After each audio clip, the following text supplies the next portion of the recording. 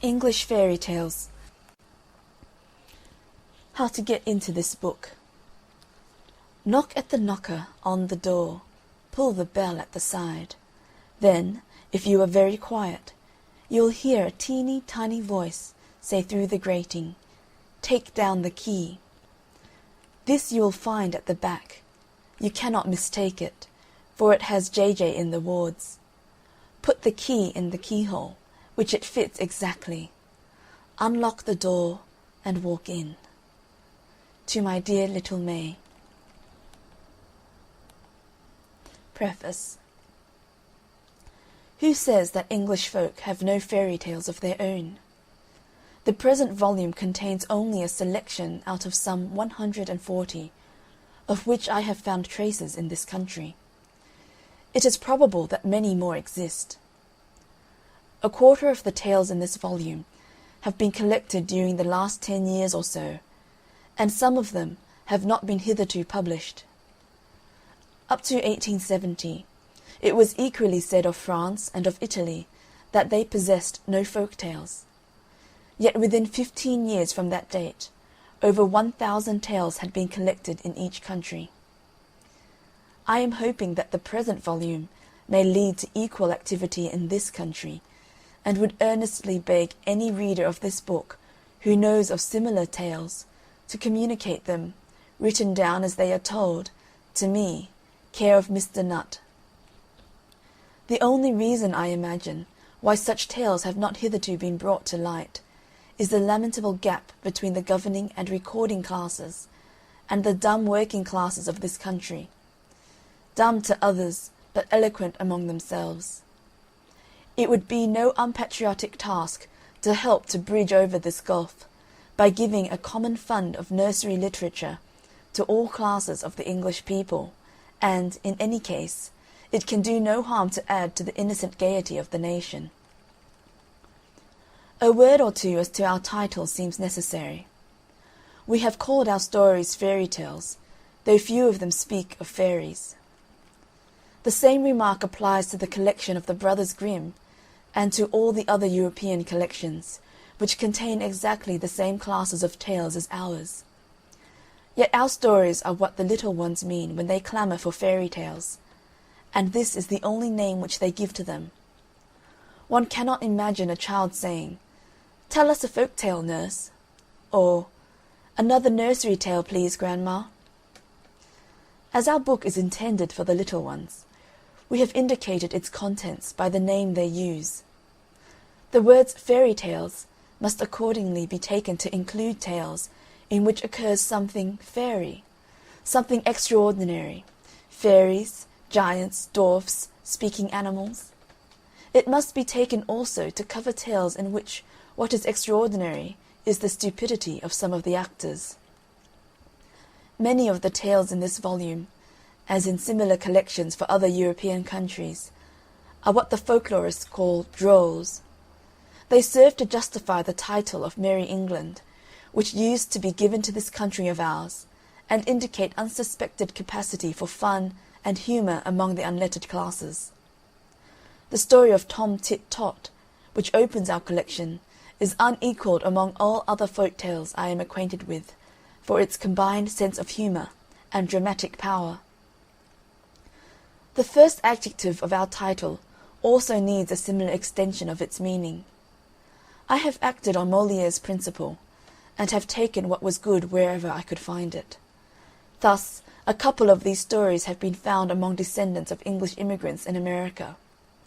A couple of others I tell as I heard them myself in my youth in Australia. One of the best was taken down from the mouth of an English gypsy. I have also included some stories that have only been found in Lowland Scotch.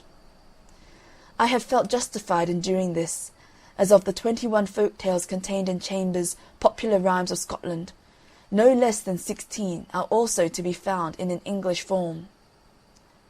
With the folk tale, as with the ballad, Lowland Scotch may be regarded as simply a dialect of English, and it is a mere chance whether a tale is extant in one or other, or both. I have also rescued and retold a few fairy tales that only exist nowadays in the form of ballads. There are certain indications that the common form of the English fairy tale was the conte fable, a mixture of narrative and verse, of which the most illustrious example in literature is Aucassin and Nicolette. In one case I have endeavoured to retain this form, as the tale in which it occurs, Childe Roland, is mentioned by Shakespeare in King Lear, and is probably, as I have shown, the source of Milton's Comus. Late, as they have been collected, some dozen of the tales can be traced back to the 16th century, 2 of them being quoted by Shakespeare himself. In the majority of instances, I have had largely to rewrite these fairy tales, especially those in dialect, including the Lowland Scotch. Children, and sometimes those of larger growth, will not read dialect. I have also had to reduce the flatulent phraseology of the 18th century chapbooks, and to rewrite in simpler style the stories only extant in literary English. I have, however, left a few vulgarisms in the mouths of vulgar people. Children appreciate the dramatic propriety of this as much as their elders. Generally speaking, it has been my ambition to write as a good old nurse will speak when she tells fairy tales. I am doubtful as to my success in catching the colloquial romantic tone appropriate for such narratives, but the thing had to be done, or else my main object, to give a book of English fairy tales, which English children will listen to, would have been unachieved. This book is meant to be read aloud, and not merely taken in by the eye. In a few instances I have introduced or changed an incident. I have never done so, however, without mentioning the fact in the notes. These have been relegated to the obscurity of small print and a back place, while the little ones have been, perhaps unnecessarily, warned off them. They indicate my sources, and give a few references to parallels and variants which may be of interest to fellow students of folklore. It is, perhaps, not necessary to inform readers who are not fellow students that the study of folk tales has pretensions to be a science. It has its special terminology and its own methods of investigation, by which it is hoped, one of these days, to gain fuller knowledge of the workings of the popular mind, as well as traces of archaic modes of thought and custom. I hope on some future occasion to treat the subject of the English folk tale on a larger scale, and with all the necessary paraphernalia of prolegomena and excursus. I shall then, of course, reproduce my originals with literary accuracy, and have therefore felt the more at liberty on the present occasion to make the necessary deviations from this, in order to make the tales readable for children.